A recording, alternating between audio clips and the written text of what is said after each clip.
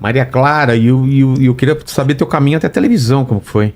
Caminho até a televisão. Você sonhava com isso? Pegou Era uma Uber, meta? Eu tava, passando ali a Lúcio Costa. Eu tava ouvindo a Júlia falando e a frase que me vinha à cabeça era: as coisas têm que acontecer na hora que tem que acontecer. Às vezes você quer muito que aconteça e não acontece, depois você entende, se acontecesse naquela época... Eu tava numa fase, eu tinha 17 anos de carreira já, e fazendo teatro sem parar...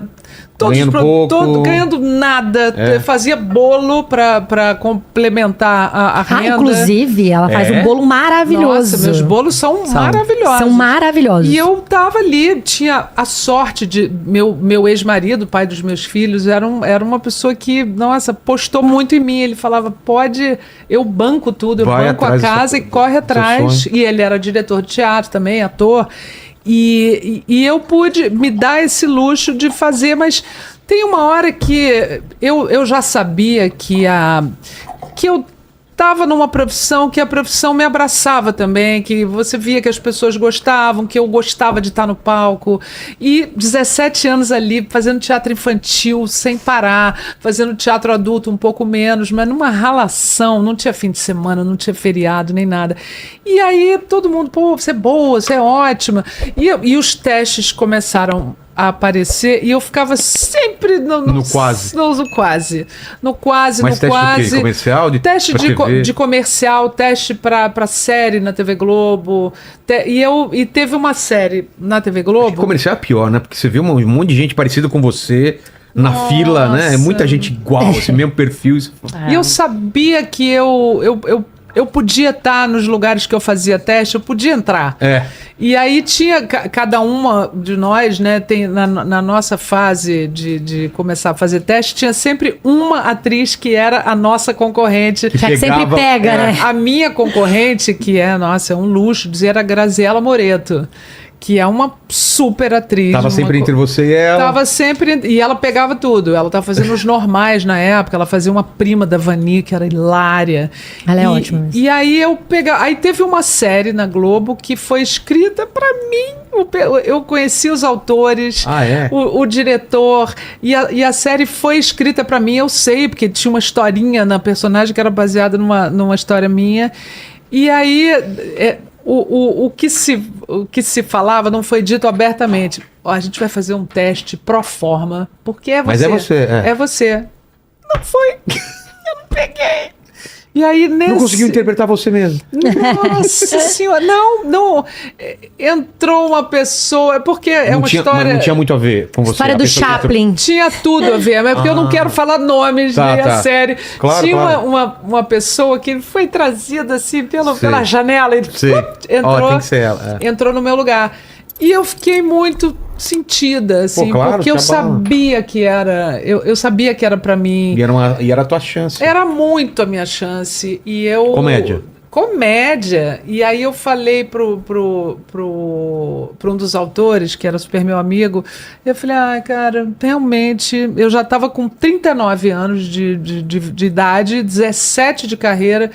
Eu falava, cara, de repente televisão não é pra mim. Não tem uma coisa bonita para vídeo. Até hoje eu não me acho fotogênica, não sei o quê. Eu falei, cara, eu vou conseguir, vou deixar a carreira ali, fazer as coisas que pintem, mas eu vou precisar trabalhar numa coisa que me dê um dinheiro, né?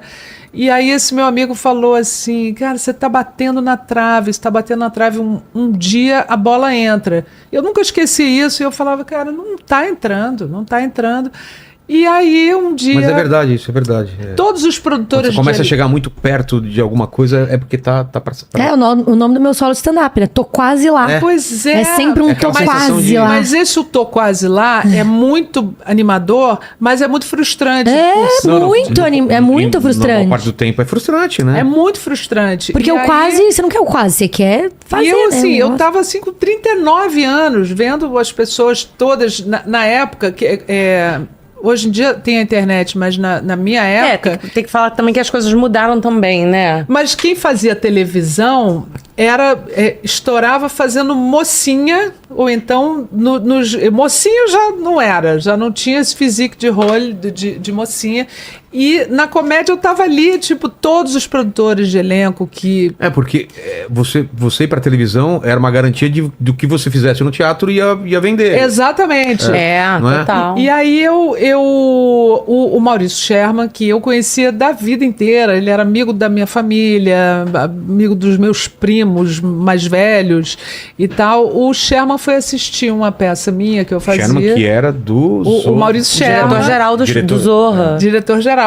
Foi assistir e me chamou para fazer um teste pro... Ele foi te assistir o quê? Numa peça que eu fazia, que eu não me lembro, foi em 2000 uma peça que eu fazia com Evandro Mesquita e Adriana Garamboni. Uma peça muito legal. Foi um momento de virada na minha carreira. Foi nessa peça? Foi. E aí...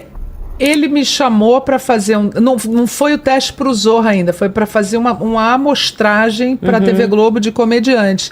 E eu fiquei super animada, mas ao mesmo tempo falei, gente, você acha que agora vai rolar alguma coisa? Trave. Aí desmarquei 3 vezes o teste. Você desmarcou? Desmarquei. No último dia, a produtora do Sherman falou assim, é o último dia, a gente está testando comediante do Brasil inteiro.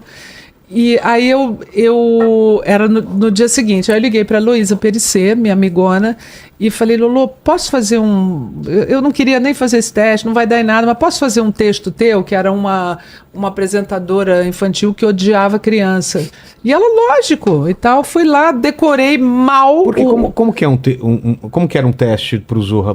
Você levava um personagem, como funcionava? Esse teste ainda não era pro Zorra, era o Sherman era uma pessoa super poderosa na TV Globo e ele estava de olho nos talentos que estavam... era um teste para alguma coisa? Para uma amostragem.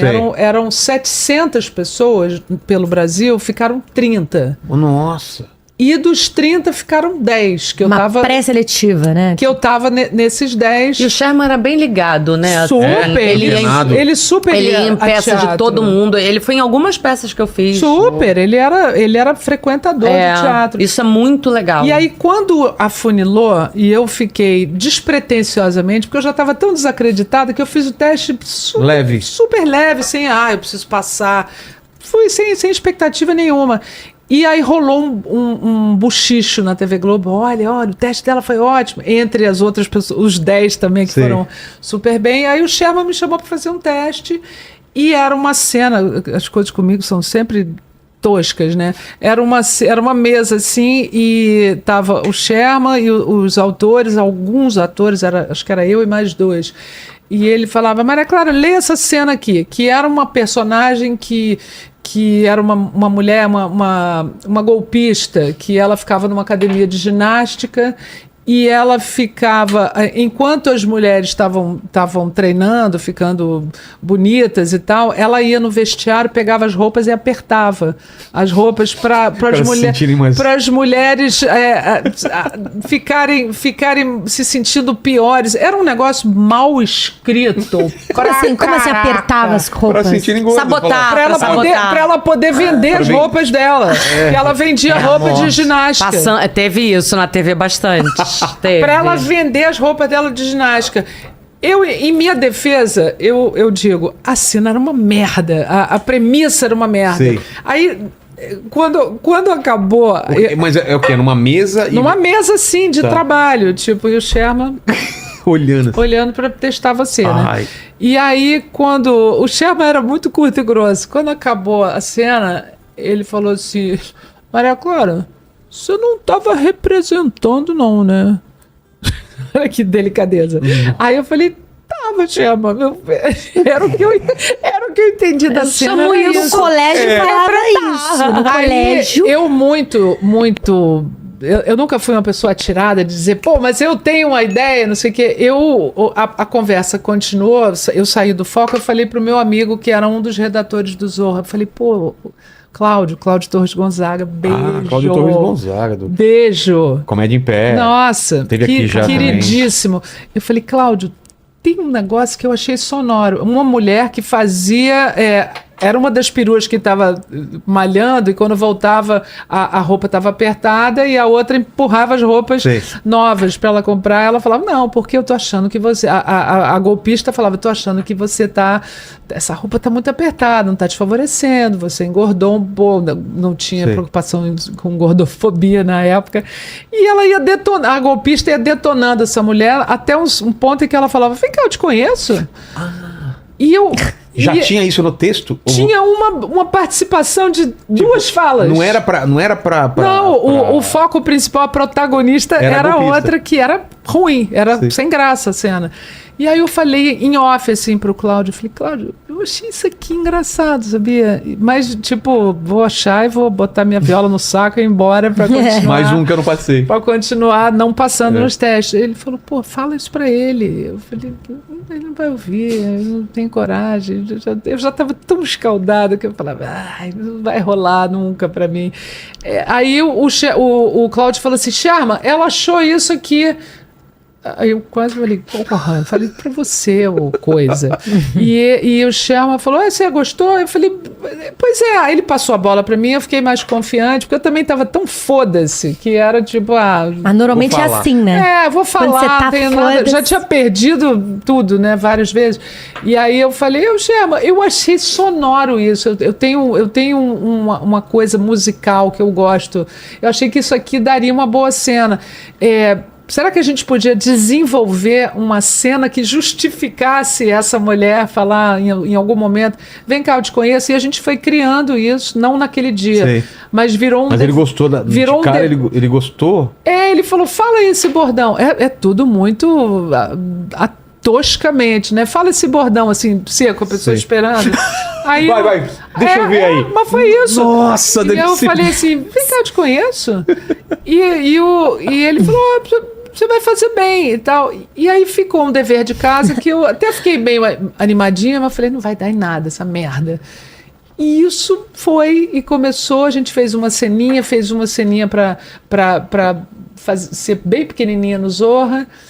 E a técnica já gostou, e quando foi ao ar fez um certo barulho, não sei o quê, e foi ali que eu... Não, estourou o Vem Cá, Te Conheço. Exatamente. Nossa. Esse daí, Léo, olha lá.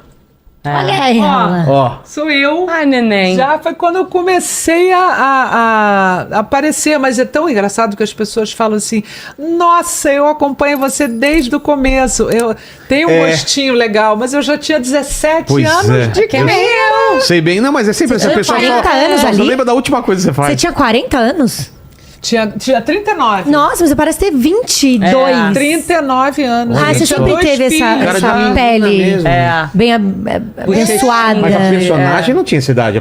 Ou não, era pra ela parecer mais nova ou não? Era uma personagem, pela estrutura do texto, era uma personagem que se prestava a ser detonada. Então, a leitura que eu tinha disso era uma mulher que tá até chegando numa certa idade, que a pessoa, tá caída, né? Teu cabelo tá uma palha. Aí a estrutura da personagem, que isso eu que dei, ela fica tão insegura, e eu sou muito assim, eu sou muito essa personagem, que eu abro a guarda para as pessoas falarem, olha, teu cabelo já foi mais legal, é mesmo, tá bem, tá ressecado. Aí as pessoas em geral se criam e vão crescendo e vão detonando cada vez mais, e ela vai ficando ofendida. No final, vem cá, eu te conheço, eu não perguntei nada. Isso é ótimo. Porque no fundo a gente quer que a pessoa fala, nada, você tá ótima. E o mundo não é assim. Não. O mundo vem,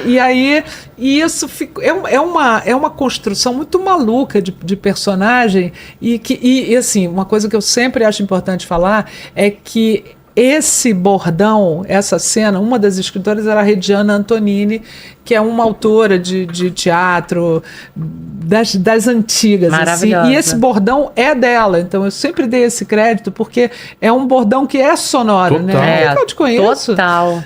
É claro que eu dei uma forma para ele, mas é muito engraçado, muito inteligente. E aí então surgiu o bordão e uma cena e um personagem para justificar esse bordão existir. Mas e aí, quando você passou nesse teste, vai pro Zorra, na tua cabeça, tipo, agora vai, finalmente? Não, te juro por Deus. Eu sempre fui tão desarmada. Mas não assim. de sabotar. Não, eu não tenho. Não vai dar certo. Eu não sou aquela pessoa que vai, eu vou lá, eu vou entrar na frente de todo mundo. Eu falo, se tiver 2 pessoas para entrar numa mesma porta, eu sempre falo, pode ir, porque eu sei que eu vou pisar no pé da pessoa, vou machucar, eu não vou conseguir, eu vou perder. Então, eu não sou nada competitiva. E é uma coisa assim, eu acho que isso é uma qualidade, porque você vai com menos preparação, menos armadura e mostra o seu eu normal, sabe? Tranquilo, sem estar ali, vou botar tudo nesse. Eu falo, o que eu sei fazer, tanto que eu falei pro Sherman, o que eu sei fazer é isso. Não gostou? Pega a minha malinha e vou embora. Eu não tenho muito mistério, porque se você promete muito, você tem que cumprir. Se você promete pouco, mas pensa bem. Mas é como cada um lida, né? O lance é o seguinte, ali é a arena. Você vai pisar na arena e é a tua vez de mostrar como é que você faz. Cada um tem um mecanismo pra lidar com isso. Meu mecanismo é totalmente me desarmar. Cara, eu vou nessa arena, mas essa arena é de boaça. Não, e eu só faço o que eu acredito que eu sei.